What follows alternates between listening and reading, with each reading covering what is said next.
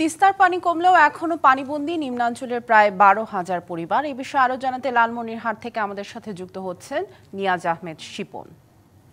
শিপন, ভাঙন ঠেকাতে প্রশাসনের পক্ষ থেকে কোনো ধরনের উদ্যোগ নেওয়া হয়েছে কিনা, বিশেষ করে পানি উন্নয়ন বোর্ড কি বলছে জানাবেন।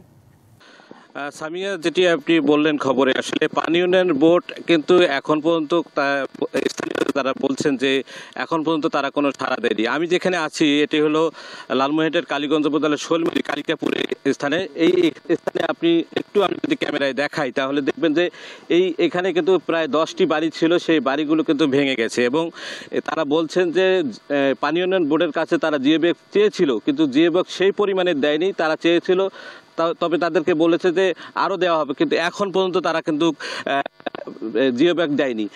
কালার এক্সপার্ট, জর্জ স্যাপ এবং মাইল্ড অন হ্যান্ডস টেকনোলজি সমৃদ্ধ অরিক্স ক্রিস্টাল ওয়াশ আপনার এবং তারা অভিযোগ করছেন যে পানি উন্নয়ন বোর্ডকে যে সবসময় যে তারা বলে যে আমরা ভাঙনের মুখে থাকি, আমাদেরকে জিওব্যাগ দেন, কিন্তু তারা কোনো রকম যোগাযোগ করে না এই তীরবর্তী।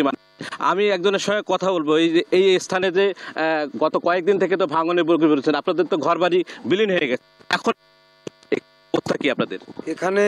এখানে মূলত 10-12টা বাড়ি ভেঙে গিয়েছে। আর এখানে মূলত সমস্যা যে আমাদের ভেঙনটা যেভাবে ধরছে, এখানে আমাদের প্রচুরভাবে বস্তার দরকার। আর মূলত কথা হলো ইন্টারকো যে পাওয়ার প্ল্যান্ট, ওখানে একটা কাজ করছে, ওই পানির যে গুরিংটা দিয়েছে, ওই পানিটা পূর্ব বসে দেখে দিয়েছে তারা। এই পানিটা লাগার কারণে আমাদের এই জায়গাটা খুব দ্রুতভাবে ভাঙন সৃষ্টি হয়েছে। এবং পানি উন্নয়নের বোর্ডের সঙ্গে আমরা যে কথাবার্তা বলছিলাম, তারা আনুষ্ঠানিকভাবে কিছু বস্তা দিয়েছে। আমরা এলাকাবাসী একাত্র হয়ে যেগুলো বস্তা কিনছি, মনে হয় হাজার হাজার বস্তা আমরা এখানে ফেলতেছি, বস্তা আঁকড়াইতে পারতেছি না। এবং পানি উন্নয়ন বোর্ডের সঙ্গে আমাদের সারাক্ষণে যে কথাবার্তাগুলো আমরা বলি, তারা পরিস্থিতি দিয়ে যায়, কিন্তু কোনো কাজে আমাদের লাগে না।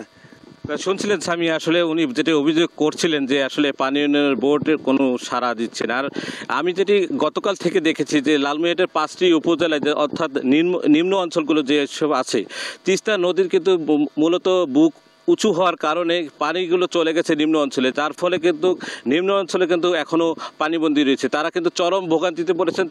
তারা কিন্তু এখন বিভিন্ন এই উঁচু জায়গায় কিন্তু আশ্রয় নিয়েছে। তো এই ছিল এখানকার সর্বশেষ। শিপন, ধন্যবাদ আমাদের সাথে যুক্ত হবার জন্য।